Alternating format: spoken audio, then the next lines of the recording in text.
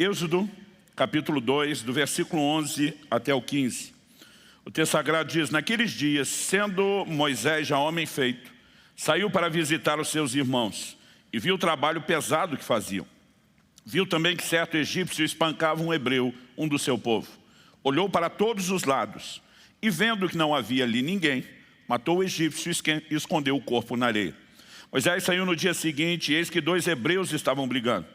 Então perguntou ao culpado: por que você está espancando o seu próximo? O homem respondeu: quem pôs você por príncipe e juiz sobre nós? Está querendo me matar como matou aquele egípcio? Moisés ficou com medo e pensou: com certeza já descobriram o que eu fiz. Informado desse caso, Faraó quis matar Moisés. Porém Moisés fugiu da presença de Faraó e foi morar na terra de Midian. Meu Deus, oramos que a Tua palavra, guiada, iluminada, aplicada pelo Teu Espírito, o Espírito Santo da verdade, ministre os nossos corações. Que ela nos dirija, Senhor, ao lugar de compreensão, absorção, resposta daqueles princípios que são tão claros nas Escrituras, mas precisam entrar, ó Deus, num nível mais profundo do que meramente a compreensão racional. E para isso nós suplicamos a Tua graça, a Tua ação nessa hora, em nome de Jesus. Amém. Bom, o tema da minha mensagem hoje pode soar uma homenagem às mães, ao Dia das Mães, mas não foi pensado nisso. O tema da minha mensagem hoje é Deus está vendo. Coisa que muita mãe já falou para os seus filhos. Deus está vendo, meu filho. Eu vou tirar o meu filho e deixar só Deus está vendo. Nesse texto do livro de Êxodo, que de acordo com as aplicações do Novo Testamento foram escritos para nosso ensino e para nossa advertência, a Bíblia fala do momento onde Moisés, que foi adotado pela filha de Faraó, criado no palácio, chega à fase adulta. E ele constata a realidade da dura servidão dos seus irmãos israelitas. Um dia, tomado de um senso de indignação, ele decide vingar um dos seus compatriotas e mata um egípcio. E interessante que o texto diz que ele olhou para todos os lados e vendo que não havia ninguém. Primeiro ele dá uma checada. A versão que eu estou usando diz: olhou para todos os lados. Uma outra tradução diz: olhou para um e para outro lado. Depois de checar que não estava sob vigilância, ele matou o egípcio. Ele enterrou o corpo na areia. E quando eu era criança e ouvia meu pai contar essa história, ele dizia que Moisés deixou o dedão do pé do egípcio para fora da areia e foi por isso que foi descoberto. Eu acreditei naquilo piamente por anos. E quando eu comecei a estudar o texto bíblico, que eu não achava informação, um dia eu fui perguntar para meu pai: onde está escrito que ficou o dedo do pé para fora, o dedão do pé? Meu pai ria, falou: não, eu estava apenas brincando, dando uma dinâmica na história. Eu falei: o senhor me fez acreditar que a Bíblia dizia isso, Mas o que o texto fala com clareza é que ele checa, não vê ninguém, decide fazer aquilo que provavelmente não teria feito se estivesse sob vigilância, mas que depois acaba sendo descoberto. O problema de Moisés foi olhar para os lados, mas não olhar para cima. O problema de Moisés foi apenas procurar se alguém no nível horizontal humano estava vendo o que ele fazia e esquecer-se que Deus estava vendo. E que Deus não apenas vê todas as coisas, mas permite que coisas que estão sendo vistas às vezes só por Ele, venham à tona e de alguma forma sejam expostas. Eu quero tomar esse texto para apresentar a você um princípio que ele na verdade está espalhado em toda a Bíblia. Não creio que esse registro desses detalhes do erro de Moisés estejam aqui por acaso ou por acidente. Em combinação com um ensino tão claro e explícito, acredito que nos ensinam uma lição muito clara, muito específica, que devem guiar, que devem reger as nossas vidas. Uma definição popular de caráter é: quem é você quando ninguém está olhando? Porque aquilo que as pessoas fazem sob vigilância, normalmente apenas revelam aquilo que elas gostariam que as pessoas pensassem acerca delas. Mas aquilo que elas fazem quando ninguém está vendo, revela quem de fato elas são. E acredito que essa definição de caráter, ela é um tanto quanto pontual. Ela não se torna tão precisa pelo fato de que a verdade é que nunca poderá ser dito com realidade que ninguém está olhando. Porque sempre há alguém olhando. É por isso que o tema da minha mensagem hoje é Deus está vendo. E o texto nos ensina que mesmo aquilo que achamos que ninguém mais viu, ele pode ser exposto e descoberto. Então, eu gostaria de conversar com você um pouco a respeito não apenas de caráter, o que se espera de nós, os filhos de Deus, os nascidos de novo, os remidos, né, que tivemos o perdão da nossa dívida de pecados totalmente perdoado, anulado pela obra de Jesus Cristo na cruz, pelo seu sangue. O que se espera de mim e de você é mudança de vida, mudança de conduta. E um dos elementos presentes na pregação do Evangelho diz respeito à necessidade de que eu e você possamos ser pessoas de caráter. E eu quero te apresentar a perspectiva daquilo que tanto Cristo como os apóstolos ensinavam aos novos discípulos. No Evangelho de Mateus, no capítulo 6, e esse é o primeiro ponto que eu quero destacar, Jesus nos mostra que nós não podemos viver em função da vigilância dos homens. Em Mateus, no capítulo 6, no verso 1, ele diz: evitem praticar as suas obras de justiça diante dos outros para serem vistos por eles.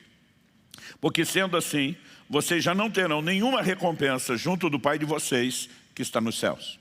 Depois, quando Nosso Senhor ensina a respeito da esmola, quando Ele ensina a respeito da oração, quando Ele ensina a respeito do jejum, o tempo todo Ele diz: não faça para ser visto pelos homens, porque o Pai que vem secreto, quando ninguém mais está vendo, é Ele que te recompensa. Obviamente aqui Jesus está falando de não fazer as coisas boas na busca e no anseio do reconhecimento humano. Mas o que ele está ensinando de não viver em função da vigilância dos homens não se aplica só a quando eu e você fazemos coisas boas e queremos ser vistos. Se aplica também a quando deixamos de fazer coisas erradas apenas porque estamos sendo vistos. E Deus continua vendo em secreto. E Deus continua sendo aquele que vai recompensar. Porque a retribuição, de acordo com o ensino bíblico, é para todo tipo de obra, quer sejam boas, quer sejam más. O apóstolo Paulo, escrevendo aos Colossenses, ensina a mesma verdade. No capítulo 3, dos versículos 22 até o 25, ele diz assim: servos, obedeçam em tudo aos seus senhores aqui na terra, não servindo apenas quando estão sendo vigiados, visando somente agradar pessoas, mas com sinceridade de coração, temendo o Senhor. Tudo o que fizerem, façam de todo o coração, como para o Senhor e não para as pessoas, sabendo que receberão do Senhor a recompensa da herança. É a Cristo o Senhor que vocês estão servindo. E quem fizer injustiça, receberá em troca a injustiça feita. E nisto, ninguém será tratado com parcialidade. Então Paulo está dizendo que a produtividade de um servo, hoje não vivemos mais o contexto da escravidão, a gente poderia trazer uma aplicação disso a quem trabalha. Ele está dizendo que a produtividade de um trabalhador não deveria acontecer somente quando existe a supervisão de um chefe ou de um patrão.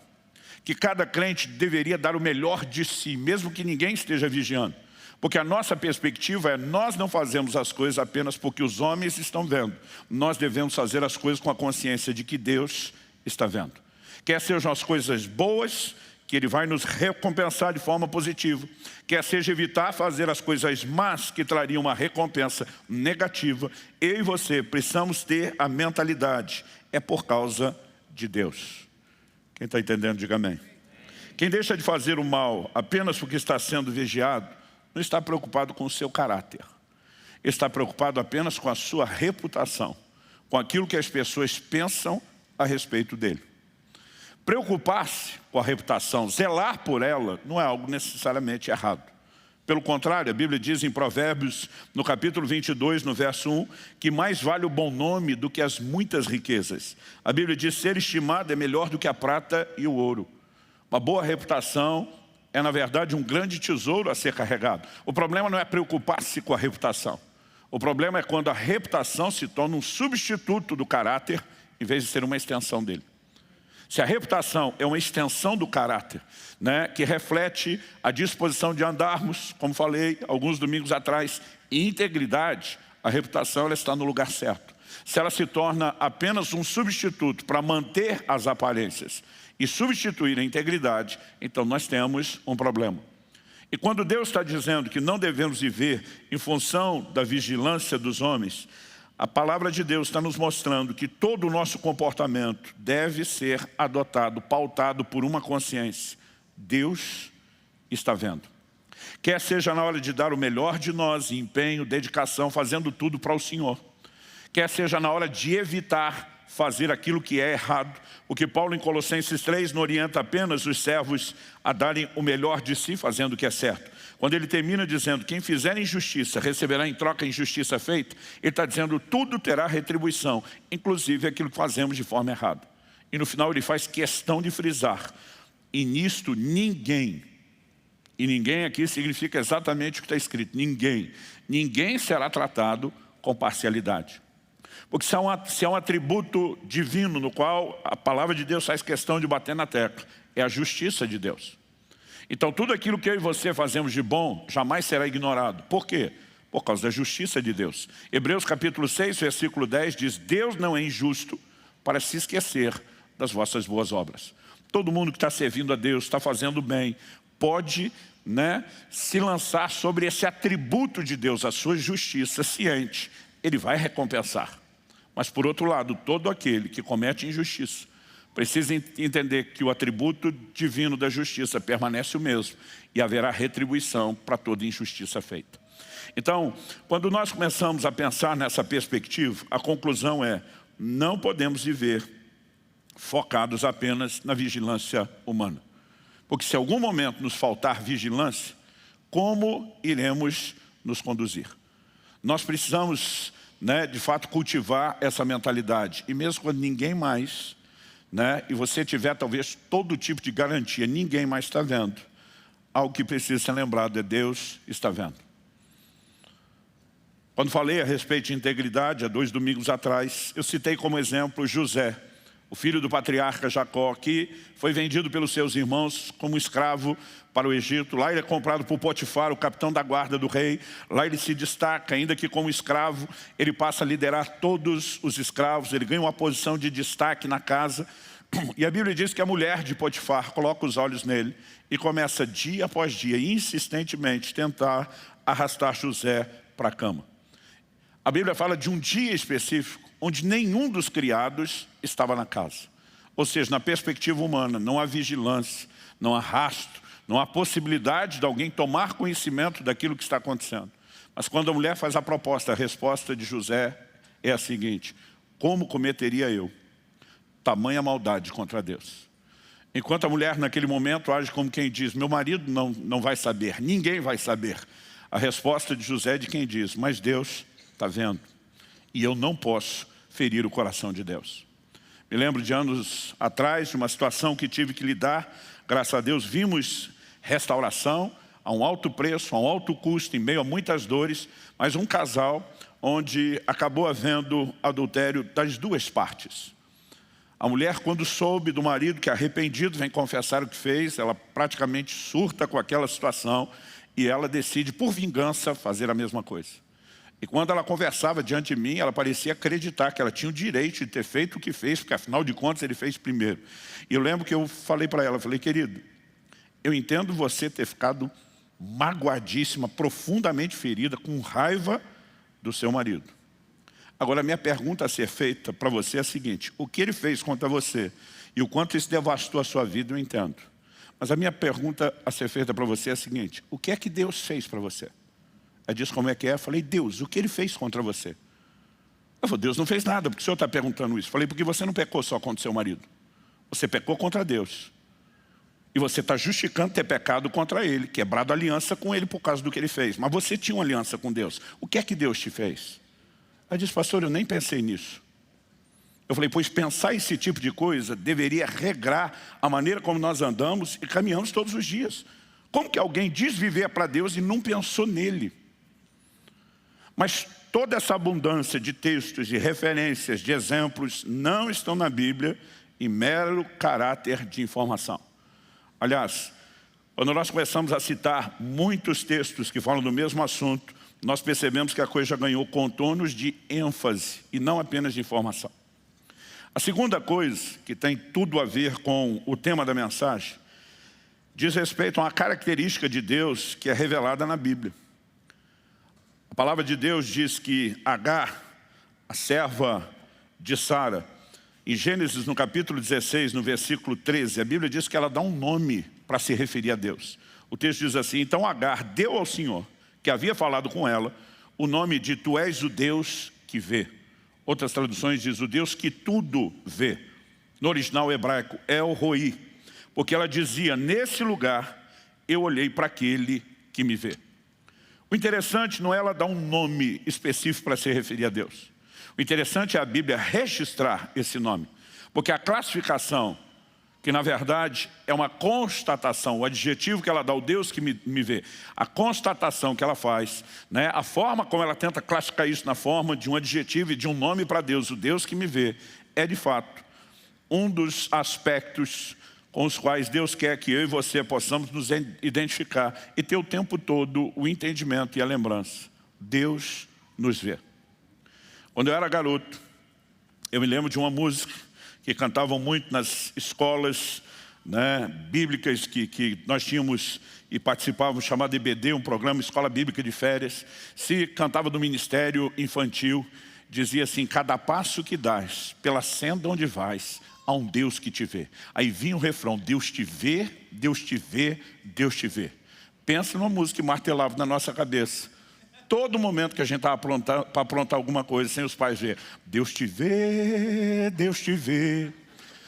E não bastasse isso, eu lembro de uma ocasião que recebemos uma visita de uma missionária que trabalhava com uma tribo, né, indígena no Amazonas. E ela nos ensinou a cantar essa música em Tupi-Guarani. O pior, hoje, praticamente 40 anos depois, eu ainda lembro a música. Moirirâmire pirô, coinerá piropi, aique Deus omar. Eles não traduziram Deus. Deus omar, Deus omar. Então, dependendo da gravidade, a lembrança vinha em português ou vinha no formato bilíngue. Quando era mais sério, Deus omar, aí assustava até mais. Mas se você perceber, há muitas declarações bíblicas a respeito disso. Jó, capítulo 34, verso 21, diz: os olhos de Deus estão sobre todos os caminhos do homem e veem todos os seus passos. Observe a frase: todos os caminhos, em todos eles que você escolhe, todos os passos. Provérbios capítulo 5, verso 21, diz: porque os caminhos do homem estão diante dos olhos do Senhor, e Ele considera todas as suas veredas. Provérbios capítulo 15, verso 3, os olhos do Senhor estão em todo lugar, contemplando os maus e os bons. Deus está fiscalizando todo tipo de ação, porque todas elas, como veremos daqui a pouco, terá retribuição. A Bíblia diz em Hebreus, no capítulo 4, no versículo 13, não há criatura que não seja manifesta na sua presença, pelo contrário, todas as coisas estão descobertas e expostas aos olhos daquele a quem temos de prestar contas.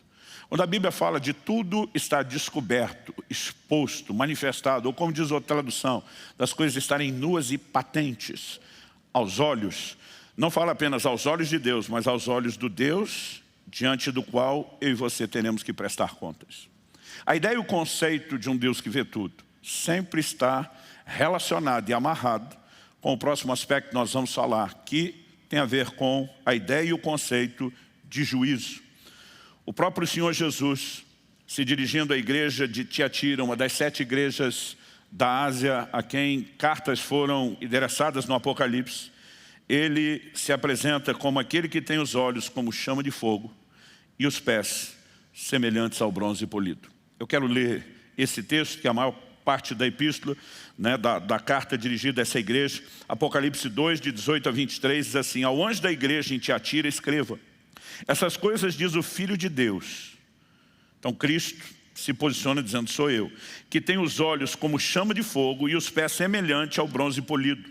Conheço as obras que você realiza, o seu amor, a sua fé, o seu serviço, a sua perseverança e as suas últimas obras mais numerosas do que as primeiras. Porque quando a Bíblia fala de Deus olhando, já enfatizamos isso, Ele está vendo tudo, o que fazemos de bom, mas também o que fazemos de ruim.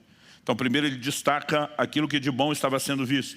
Mas Ele diz assim: tenho porém contra você o fato de você tolerar que essa mulher Jezabel, que se declara profetisa, não somente ensine, mas ainda seduza os meus servos a praticar a prostituição e a comer coisas sacrificadas aos ídolos.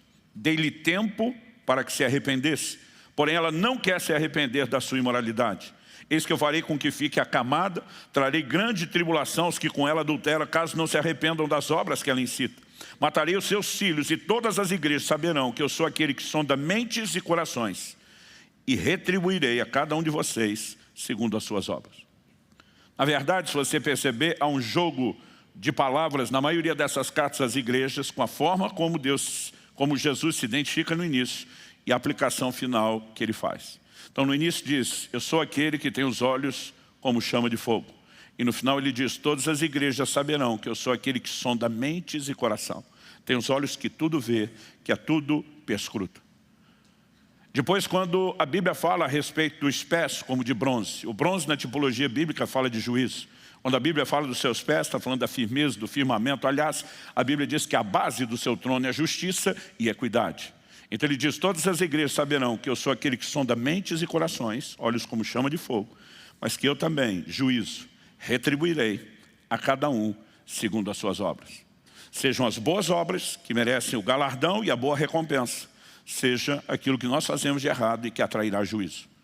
Aliás, algo que merece ser destacado nessa frase é uma observação, acredito que é importante, porque eu vejo muita gente confundindo isso.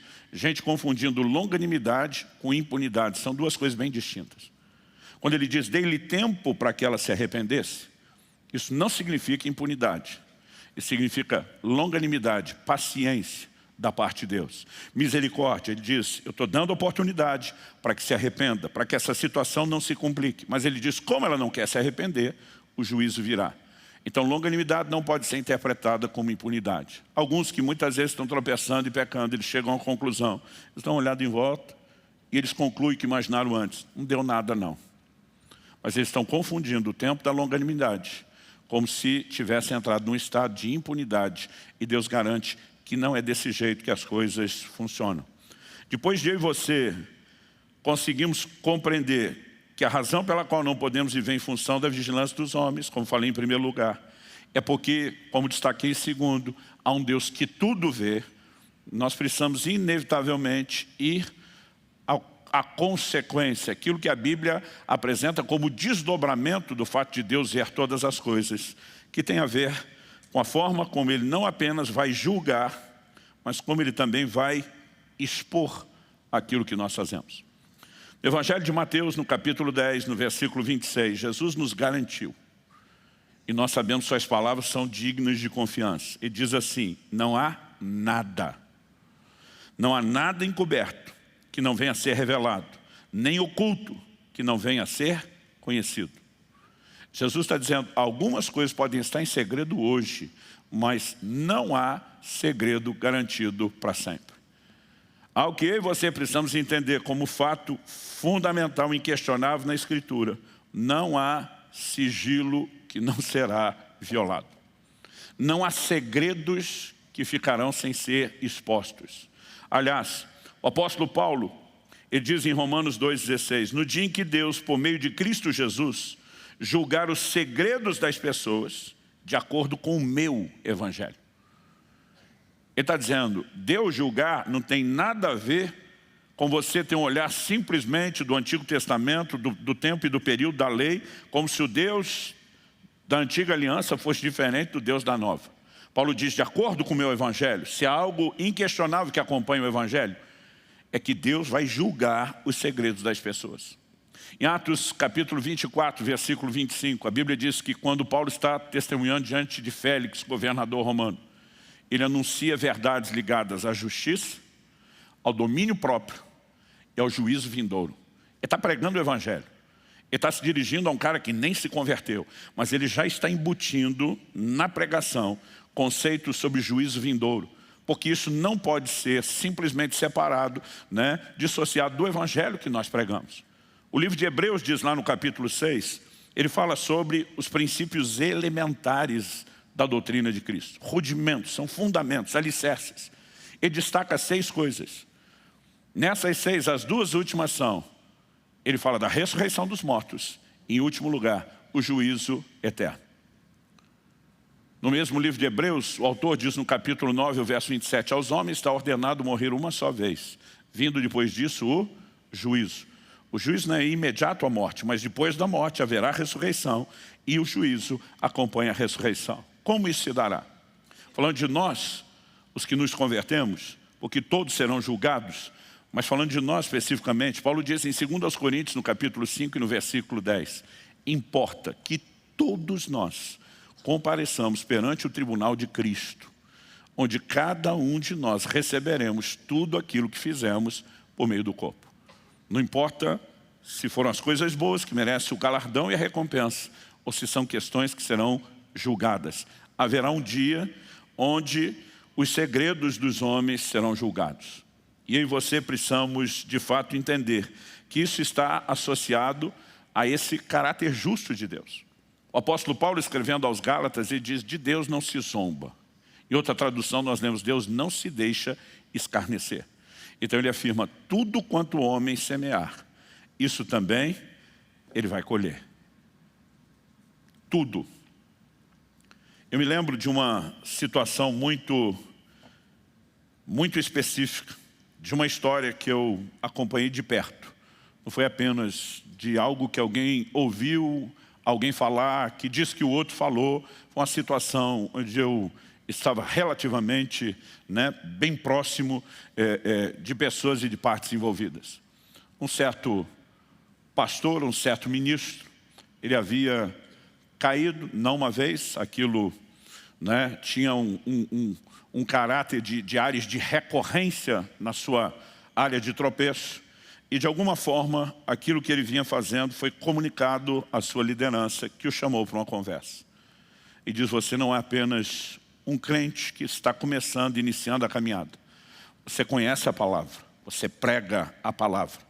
E você sabe que liderança é baseada e fundamentada no exemplo, que a nossa autoridade para viver onde estamos está relacionada não a termos alcançado um nível de perfeição, mas a podermos ser exemplo. Chegaram até nós informações de que você tem se envolvido em determinada área de pecado. E se isso é verdade, nós queremos te dar a oportunidade que você possa abrir o jogo, falar a verdade, se arrepender.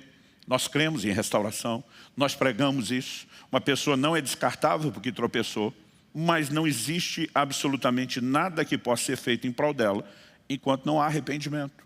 Nós lemos o texto, Jesus falando ao anjo da igreja de Tiatira, dê-lhe tempo para que ela se arrependa. Eu também vou colocar em tribulação os que com ela se envolveram, caso não se arrependam. Se você não se arrepender, o próprio Deus vai expor a situação, vai julgar você. Nós queremos te ajudar.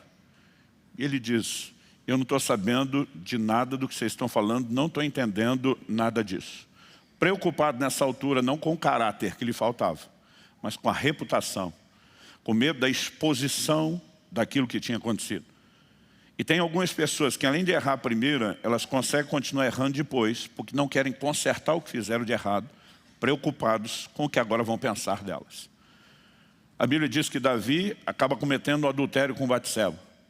Ele tenta fazer com que aquilo tudo seja protegido e aconteça de uma forma que ninguém tome conhecimento. Até que a mulher manda uma notícia para ele, estou grávida. Urias, marido de Batseba, está na linha de frente de batalha, permanecia meses fora de casa. Faria as contas e saberia que a criança não era dele. Davi, para acobertar o que fez, em vez de ser exposto, traz Urias como desculpa de que quer relatório da guerra, do campo de batalha. Manda Urias para casa. Urias, num estranho código de ética para a nossa cultura ocidental, diz, eu não tenho direito, enquanto meus amigos estão no campo de batalha, distante das suas casas, de dormir no meu leito, de poder desfrutar sequer da intimidade da minha esposa. E a Bíblia diz que ele dorme no chão do lado de fora. Davi diz, não é possível, o plano falhou, embebeda o homem. E mesmo bêbado, ele mantém seus escrúpulos, seus valores. E Davi, simplesmente, sem que perceba, vai escalando e progredindo o problema. Agora Davi faz com que Urias volte para o campo de batalha carregando uma carta. Ele sabe que o homem é tão fiel a ele que não vai nem ler a sentença de morte que ele próprio carrega. E a ordem ele mesmo entrega a Joabe, que dizia, coloque ele na linha de frente para que morra. Aquilo que começa com adultério, termina com homicídio. Porque o homem que não zelou primeiro pelo caráter, agora estava preocupado com a reputação. Há muitas pessoas que, além de já ter errado a primeira vez, seguem errando, tentando acobertar. O interessante é que às vezes essas pessoas ainda querem culpar outras. Me lembro de uma situação específica, onde eu cheguei, na verdade, num comércio, não era nem uma visita pastoral. E a hora que eu botei o pé naquele comércio, Deus me deu uma visão. Eu vi uma aliança dessas, dos anéis de casamento que usamos no dedo partido. Quando eu vi aquilo, eu entendi na hora que Deus estava me mostrando. Alguém aqui quebrou a aliança. Por estatística e amostragem, fui primeiro no marido. E a hora que eu comecei a conversar com ele, ele falou, pastor, desde que eu fui cheio do Espírito Santo, penso numa área que não tive mais problema. O Espírito Santo me disse, não é ele. Conversei com ele um tempo e daqui a pouco falei, sua esposa está aqui. Ele falou, tá. Falei, eu poderia trocar uma palavra com ela? Ele falou, claro. E de repente, quando ele saiu e ela chegou, eu falei, querido, deixa eu ser bem direto com você.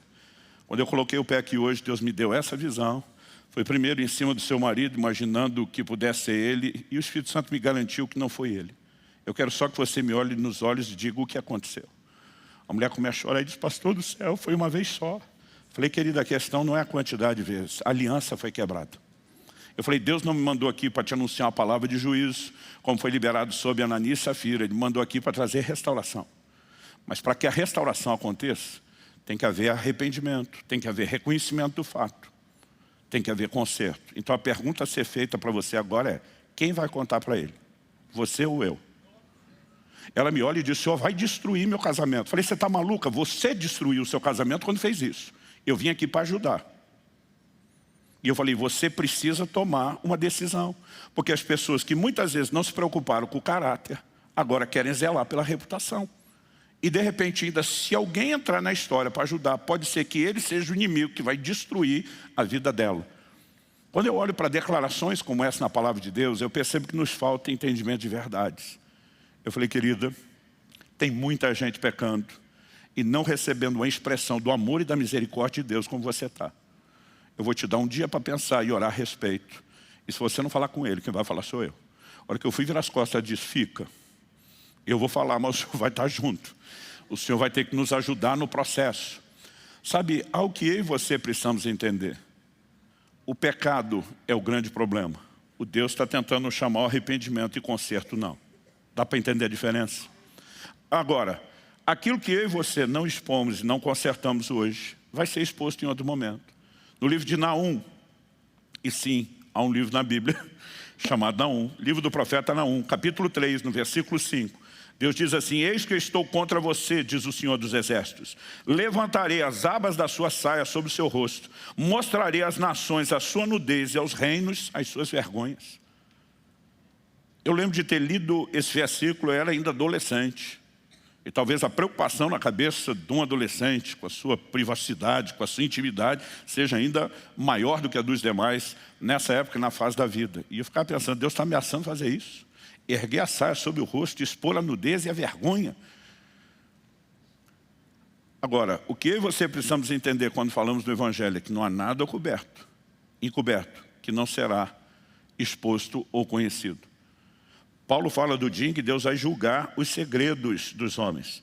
A Bíblia fala que, por ocasião do julgamento diante de Deus, os livros serão abertos. Particularmente, já comentei isso aqui outras vezes, eu me questiono se o sistema de registro no céu é literalmente por meio de livros. Eu particularmente acredito que Deus usou uma forma de linguagem que as pessoas daquela época entendiam, quando os únicos tipos de registros eram feitos através da escrita. Eu vou voltar para terminar a história daquele pastor a quem foi oferecida uma oportunidade. A partir do momento que ele passou a negar, zelando pela reputação e não pelo caráter, que já estava comprometido há um tempo. Os líderes disseram para ele, se você não admite isso, e é uma oportunidade que nós estamos te dando de falar a verdade, nós vamos ser obrigados a trazer testemunho em relação àquilo que você tem feito. E nessa hora estufou o peito e disse, pois pode trazer qualquer falsa testemunha para essa cariação. Eu quero que ela olhe na minha cara e diga alguma coisa. Alguém se levantou da sala e introduziu pela porta não a pessoa. Era um móvel, era um rack, desses fácil de se locomover. Em cima dele tinha uma televisão, daquelas antigas de tubo. Embaixo da televisão, um videocassete. Uma fita foi colocada. E aquele cara nem sonhava que uma das suas muitas práticas tinha sido filmada e documentada do início ao fim. Aquilo já estava em posse das pessoas, estavam chamando ele a uma oportunidade de arrependimento, de confissão. Mas ele está batendo o pé, porque ele acredita que ele cobriu todos os ângulos, que ele ia manter aquilo em segredo. Eu fico tentando imaginar, se ainda restasse um pingo de decência, dentro de qualquer tipo de pessoa, qual seria a sensação de assistir aquele filme.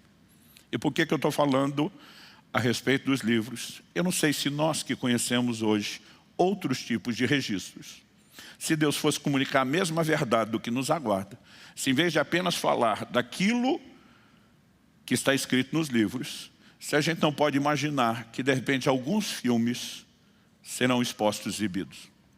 Um dia desses minha filha perguntou: pai, vai ser exibido numa tela pessoal, no privado ou em público? Eu falei: faz muita diferença. Ela falou: para alguns vai fazer muita diferença, né? De qualquer forma, a Bíblia diz que os segredos serão expostos. Muitas vezes a gente olha para alguns desenhos da própria Escritura e eu honestamente não sei te explicar. Porque Ananias e Safira, aquele casal, é exposto e julgado, enquanto outros que cometeram determinados pecados, aquilo parece não ter sido exposto, pelo menos não no nível público. Mas o que a Bíblia diz em primeira carta de Paulo a Timóteo, no capítulo 5, nos versículos 24 e 25, é que existe juízo imediato, existe juízo não imediato, mas sempre haverá juízo. Paulo escreve e diz assim: os pecados de alguns são notórios, mesmo antes do juízo, mas os de outros só se manifestam mais tarde. Alguns vão ser expostos antes, outros serão expostos depois. E diz: do mesmo modo, também as boas obras se evidenciam, elas aparecem, e aquelas que não são manifestas não poderão ficar escondidas. Deus vai trazer à tona. Por quê? Ele vai trazer recompensas boas e positivas também. Então, quando falamos daquilo que é bom, a Bíblia está cheia de exemplos. Mardoqueu, o tio de Esther, descobre uma conspiração para tirar a vida do rei, que era o imperador que governava o mundo dos seus dias. Ele, para não ser cúmplice daquele erro que ele toma conhecimento, ele alerta ao palácio, a conspiração foi desbaratada, a vida do rei foi preservada, ninguém sequer lhe agradeceu. O que eu e você precisamos entender é que, independente das pessoas reconhecerem o que fazemos ou não, como dizia mamãe, Deus está vendo. E para mim e para você isso é que importa. Se isso não se tornar manifesto agora, será reconhecido um dia, porque Deus é o justo juiz. Quem está entendendo, diga amém. Mas há momentos onde Deus diz: mas não quero deixar escondido só até o dia do juízo. Ele olha para Mardoqueu e diz: vou guardar o seu crédito por um tempo, até que você precise mais. Um dia antes da nação de Israel ter a sua existência ameaçada por causa de um decreto que permitiria, o extermínio, o genocídio de uma linhagem, o rei não consegue dormir, perde o sono. E acredite, a divina providência está por trás disso. Esse homem, numa época que não tinha televisão nem internet para se entreter à noite, pede a um dos seus servos que traga uma das crônicas do reino para ler. Fico imaginando, devia ser muito interessante. O tédio de não dormir tornava qualquer coisa interessante. E eu imagino aquele servo indo naquela prateleira cheia de muitos registros, e ele acha que ele está fazendo uma escolha aleatória. Mas a divina providência guia a mão desse cara. Ele simplesmente traz uma das crônicas e começa a ler. Qual era a história? Como Mardoqueu havia informado o palácio de uma conspiração contra o rei. A conspiração foi constatada, desbaratada, a vida do rei foi preservada. Depois de ler isso tudo, o rei pergunta: e o que é que fizeram para recompensar esse homem? O servo diz: não fizeram nada. Não, uma coisa dessa não pode ter ficado sem recompensa.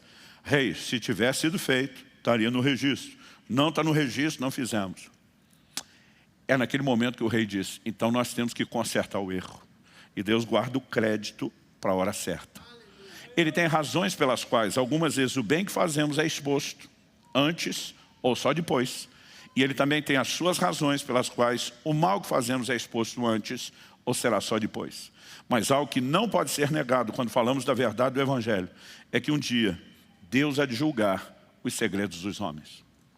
Aonde isso deveria nos levar? A um tipo de atitude diferente, Moisés.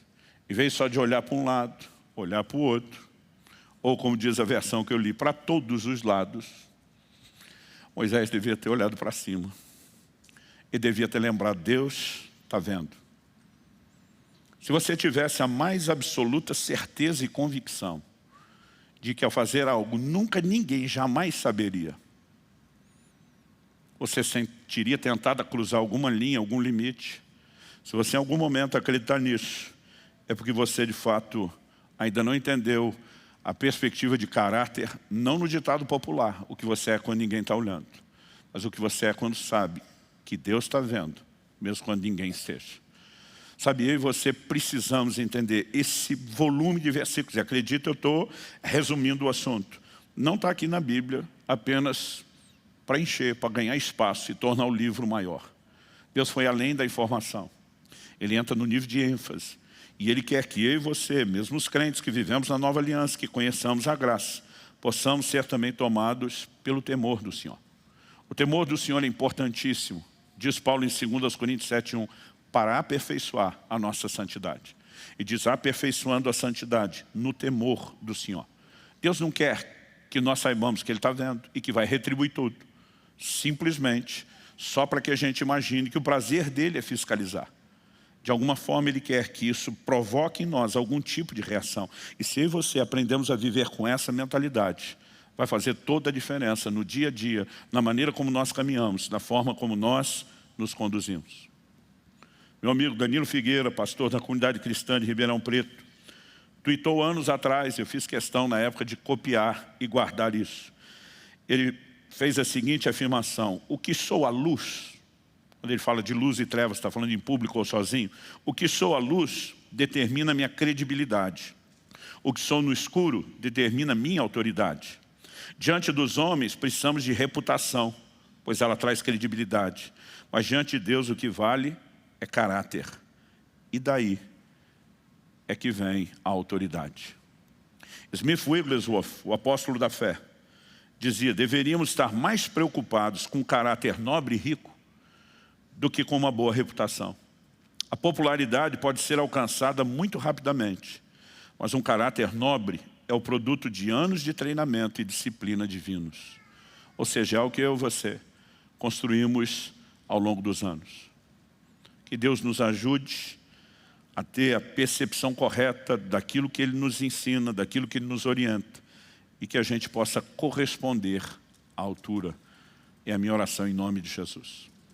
Quando eu era garoto, eu lembro de uma frase que meu pai repetia, dizendo que a voz de Deus tinha eco. Porque o salmista diz assim, uma coisa disse Deus, 2 vezes eu ouvi. Meu pai dizia, a única forma de alguém ouvir 2 vezes, uma coisa só que foi falada, é quando isso dá eco. Eu ficava tentando imaginar o eco literal, porque às vezes crianças têm dificuldade para pensar em termos de alegoria e tudo vem em termos de literalidade. O que meu pai estava insinuando é que quando Deus fala alguma coisa, a gente não deveria ouvir aquilo só naquele momento. A gente deveria continuar ouvindo. Aquilo precisa reverberar na nossa vida. Como eu quero aplicar isso? A minha oração é que quando você sair desse culto, que você não desligue simplesmente aquilo que você ouviu com o que disse. Já ouviu o que tinha que ouvir? Né? Daqui para frente, deleto. Que você possa de alguma forma meditar nisso. Algo que muitas vezes as pessoas me perguntam é, pastor, o senhor poderia compartilhar com a gente verdades que te ajudaram a chegar até onde o senhor está? Princípios que o senhor entendeu, que te ajudaram a viver aquilo que você vive em Deus?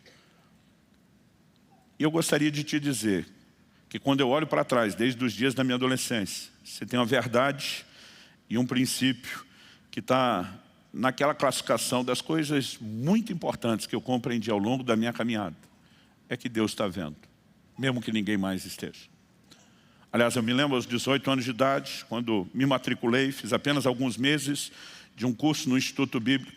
Logo na primeira aula, o professor, que também era o diretor do seminário, né, logo nas primeiras aulas, na primeira matéria, ele de repente anunciou uma prova surpresa. E todo mundo ficou desesperado. Porque ninguém está estudando, se preparando para o ministério, que é uma nota ruim no Instituto Bíblico. Mas ao mesmo tempo, a gente está naquele susto, como uma nota surpresa. Ele deve ter visto e lido a reação, né, dos alunos, a maioria, garotos como eu. E ele falou assim, olha, enquanto o pessoal vai entregar a prova virada para baixo e vocês vão olhar só a parte de trás em branco, está sendo colocado aí nas carteiras. Deixa eu só fazer um comentário sobre algo que eu li esses dias. Ele falou assim, a tecnologia chegou a um ponto, e nós estamos falando aí de mais de 3 décadas atrás. Ele disse que hoje, via satélite, esses satélites têm lentes, né, de tamanho, alcance e precisão, que eles conseguem localizar um clipe no fundo de um quintal de uma casa. Eu estou pensando, eu lá quero saber de lente e tecnologia, eu estou desesperado para tentar lembrar as aulas dadas, né? E, de alguma forma, ele está dizendo, gente, o que eu estou dizendo é sério, importante, preste atenção. Ele disse, se o ser humano chegou nesse nível de vigilância, você imagina Deus lá no céu vendo tudo? E sem que ele falasse nada, ele simplesmente mexeu com a tentação de muitos que estavam se preparando para o ministério. Ele diz, não é hora de consultas extraoficiais para essa prova. Eu acho que ninguém, com aquele exemplo que ele deu naquele momento, se permitiu ser tentado a colar. E acredite, nós conversamos com vários, e ele já estava pensando, é injusto o que ele fez, eu vou dar uma puxada aqui, eu vou checar. Agora, se eu e você vivemos uma consciência de que Deus está nos vendo, e nós não estamos apenas tentando nos proteger da vigilância, mas vivendo com o coração para honrá-lo, você entende que isso te ajuda a mudar a sua conduta e o seu estilo de vida? Obviamente eu não vim falar aqui das coisas que você já fez. E tudo aquilo que erramos, só nos resta o arrependimento, contar com a misericórdia de Deus, com o sangue de Jesus, com a justificação e com o recomeço. E se alguém já foi insensato o suficiente para tropeçar, que não seja para não consertar e não recomeçar. Mas o que eu estou ensinando tem um propósito. Tem muito mais a ver com o daqui para frente do que com o daqui para trás. Né? Pastor, mas ainda assim eu estou preocupado com esse filme, que um dia será exibido. De qualquer forma, meu amigo, o filme já foi gravado. Então, a preocupação é o fim do filme, né? É o fim da história, e não necessariamente aquilo que nós vivemos até hoje. Que a gente possa entender que a graça, além de remover a condenação de pecados já cometidos, ela nos empodera para a obediência. Deus nos dá recursos, e parte desse recurso é a consciência oferecida pela sua palavra, de que Deus está vendo. Então, quando você se lembrar, se você, como a maioria dos filhos, teve aquela mãe que apontava o dedo e dizia, Deus está vendo, né? Se você é desse time, eu quero que você imagine que, consciente ou não, ela estava sendo boca de Deus para você. Não para que você olhe para Deus com terror, mas que você olhe com devido e santo temor. Amém? Feche seus olhos por um instante. Pai, mais uma vez te pedimos que a Tua palavra fale e cale nos nossos corações. Não só aqui e agora, mas a partir de agora. Oramos por um entendimento e compreensão que possa nortear a nossa conduta, pautar as nossas escolhas, nos ajudar, ó Deus, nas devidas ponderações dia após dia. Lembrando que os olhos do Senhor estão em toda parte. Pai, nós queremos não apenas a compreensão de que Tua palavra nos orienta a não viver em função da vigilância dos homens, mas que ela nos lembra que é um Deus que tudo vê. E que a razão pela qual essas duas coisas, essas duas verdades são destacadas, é porque um dia haverá prestação de contas, haverá juízo. E nós oramos, ó Deus, que essa consciência possa, de fato, colocar diante de nós um norte, na hora das nossas escolhas, da forma como trilharemos os nossos caminhos, como viveremos a nossa vida. Ajuda-nos nessa noite a entender a expressão do Teu amor, não oferecendo julgamento por aquilo onde já erramos, mas nos dando a oportunidade de não seguir apenas errando, mas de poder mudar o curso, de poder recalcular a rota, de poder caminhar em direção ao seu destino da forma correta, de maneira que Te honre. E Te pedimos, Senhor, que o efeito daquilo que o Senhor está falando e comunicando ao nosso coração não termine ao final dessa reunião. Que o Teu Espírito, de alguma forma, faça isso reverberar dentro de cada um de nós, através da meditação, da lembrança, da consciência, da aplicação dessas verdades. Nós suplicamos, meu Deus, a manifestação da Tua graça na vida de cada um dos nossos irmãos, cada um das nossas irmãs, aqueles que nos acompanham nessa hora pela internet, na transmissão ao vivo, ou mesmo por meio de uma palavra gravada, que a mão do Senhor os toque, que o Teu Espírito fale, Que a Tua presença, ó Deus, possa ministrar, quer seja exortando, chamando ao arrependimento, ao conserto, nos chamando e exortando à vigilância e ao cuidado, mas que a Tua palavra cumpra o propósito pelo qual tem sido liberada. Nós oramos em nome de Jesus. Em nome de Jesus.